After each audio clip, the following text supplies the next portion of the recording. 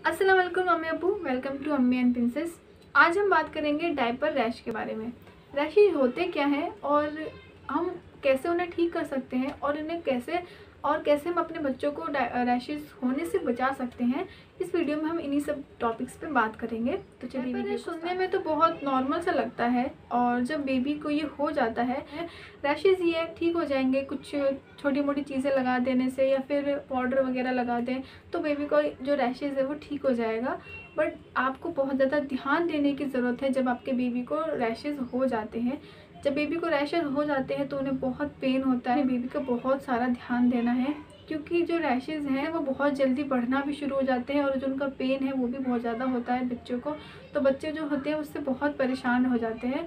तो आपको हमेशा इस बात का ध्यान रखना है कि आपको अपने बेबी को रैशेज को नहीं होने देना है।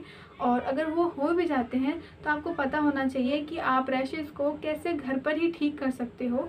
ऐसा हो ही जाता है कि आपके बेबी को रैशेज हो जाते हैं, चाहे आप अपने बेबी को डायपर पहनाओ या अपने बेबी को डायपर ना पहनाओ, ना पहनाने के बावजूद भी बेबी को कभी कभी डायपर रैशेज हो जाते हैं। बात करेंगे कि डायपर रैशेज कैसे हो जाते हैं।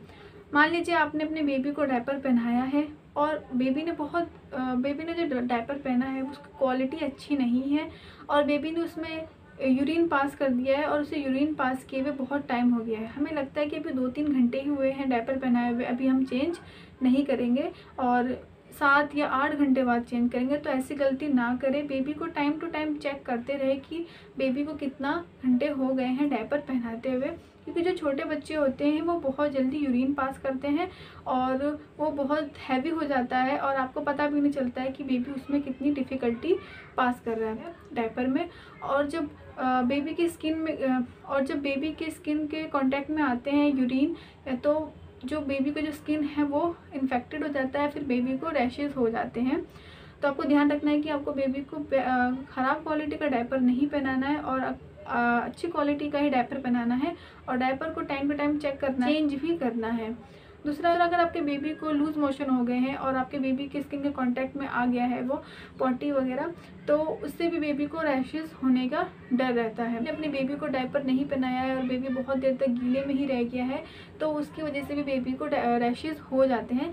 तो इन सभी बातों का आपको ध्यान रखना है जिससे आप अपने बेबी को बचा सकते हो रैशेज से, क्योंकि जो रैशेज होते हैं वो बहुत ही पेनफुल होते हैं बेबीज़ के लिए। तो आपको फर्स्ट ऑफ ऑल हाइजीन और क्लीनिंग दोनों का ही ध्यान रखना है अपनी बेबीज़ के लिए।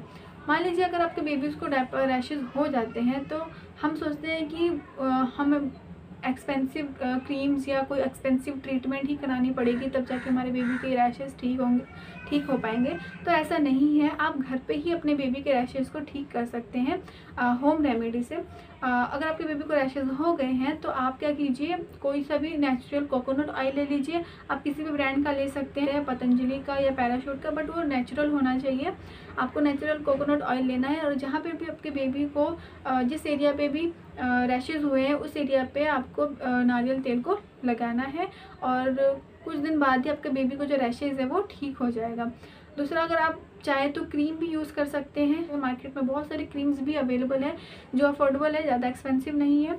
मैं अपने बेबीज़ के लिए हिमालय का रैशेज़ क्रीम यूज़ करती हूँ। ये बहुत अफोर्डेबल प्राइस पे आ जाते हैं और मार्केट पे भी, और आपको ऑनलाइन भी अवेलेबल हो जाएंगे, तो आप ऑनलाइन भी ले सकते हैं रैशेज़ क्रीम। तो हिमालय का जो रैशेज़ क्रीम है वो बेस्ट है। मैं हमेशा हिमालय का रैशेज़ क्रीम ही यूज़ करती हूँ। कोकोनट ऑयल होता है तो मैं कोकोनट ऑयल भी यूज़ कर लेती हूँ, बट ज़्यादातर मैं रैशेज़ क्रीम ही यूज़ करती हूँ।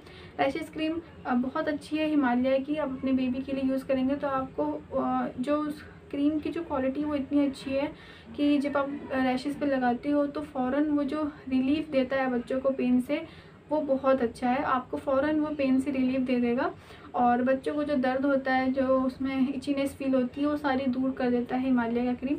तो आप हिमालय की क्रीम यूज़ कर सकते हो या फिर आपकी चॉइस है। आप बहुत सारे क्रीम्स ब्रांड्स अवेलेबल है मार्केट्स में, आप कोई से भी क्रीम्स यूज़ कर सकते हो अपने बेबीज़ के लिए।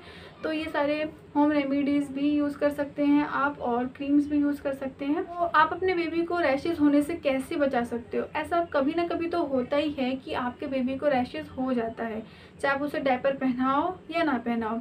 मैं अपने बेबी को शुरू से ही डायपर पहनाते हुए आ रही हूँ। कभी कभी होता है कि ज़्यादा गर्मी हो गई है तो मैं नहीं पहनाती हूँ अपने बेबीज़ को, डे टाइम पे मैं नहीं पहनाती हूँ डायपर, पर मैं रात में पहनाती हूँ, क्योंकि रात में बच्चे जो है वो कभी भी यूरिन पास कर देते हैं तो आपको पता नहीं चलता, तो बेबी गीले रह जाते हैं। तो इसलिए मैं रात में डायपर्स पहनाती हूँ बच्चों को। इसको रैशेज़ हुए हो, ऐसे 1-2 बार ही हुआ है, तो उस टाइम पे मैं या तो कोकोनट ऑयल यूज़ करती हूँ या हिमालय का रैशेज़ क्रीम यूज़ करती हूँ।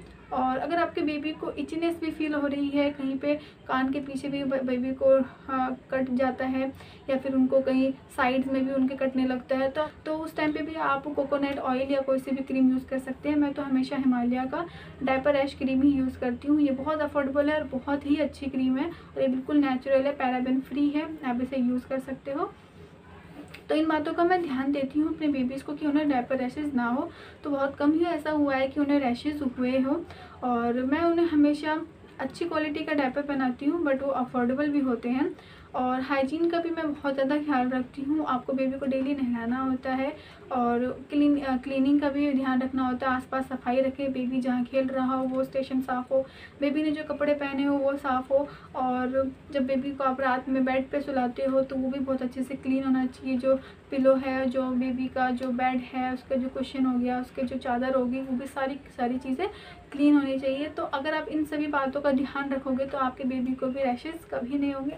और बाई चांस अगर रैशेज़ हो भी जाते हैं तो आप होम रेमेडीज़ का यूज़ कर सकते हैं, या कोई से भी A to Z क्रीम आती है मार्केट में, आप उसका यूज़ कर सकते हैं।